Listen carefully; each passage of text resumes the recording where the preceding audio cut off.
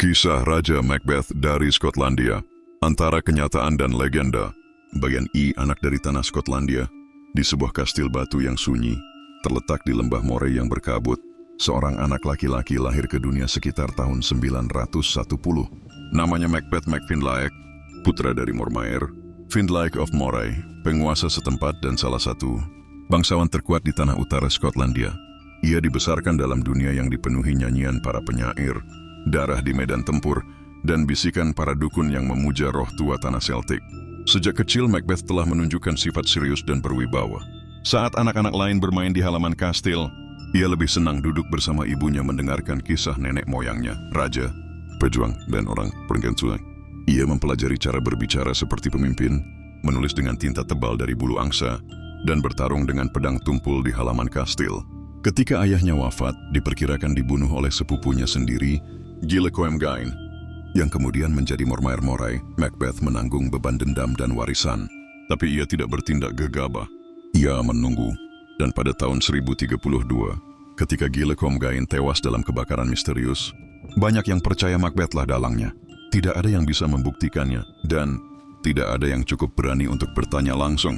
Ia segera menikahi Gruach, seorang wanita bangsawan keturunan raja. Kenneth Drew, ia juga merupakan janda dari Gillecomgain, menjadikan pernikahan ini tidak hanya strategis tapi juga simbol kekuatan. Bagian 2, jalan menuju takhta. Skotlandia saat itu bukanlah kerajaan yang damai. Raja Duncan Permar yang naik takhta pada tahun 1034 adalah raja muda yang penuh ambisi, namun kurang pengalaman dan dukungan dari para Mormaer, bangsawan lokal yang setia pada wilayah masing-masing. Pada tahun 1040, Duncan memimpin ekspedisi ke Moray untuk menundukkan Macbeth, namun ia tidak pernah kembali ke selatan. Dalam pertempuran berdarah di dekat Elgin, Duncan terbunuh. Ada yang mengatakan ia gugur dalam pertempuran yang adil. Ada pula yang berbisik bahwa Macbeth menikamnya ketika tidur. Kebenaran lenyap di telan kabut dataran tinggi. Namun satu hal pasti, Macbeth naik takhta sebagai Raja Skotlandia. Bagian 3, raja yang memerintah dengan bijak. Tidak seperti dalam lakon Shakespeare, Macbeth bukanlah tiran haus darah.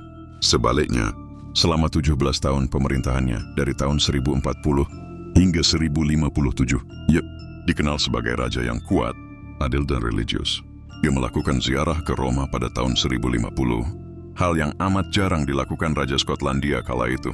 Di sana, ia memberikan emas kepada kaum miskin dan memperkuat hubungan gerejawi. Ini menunjukkan bahwa Macbeth bukan hanya penguasa tanah, tapi juga pelindung iman. Macbeth juga dikenal mendukung para biarawan, memperkuat hukum dan ketertiban, dan menjaga stabilitas di antara para bangsawan.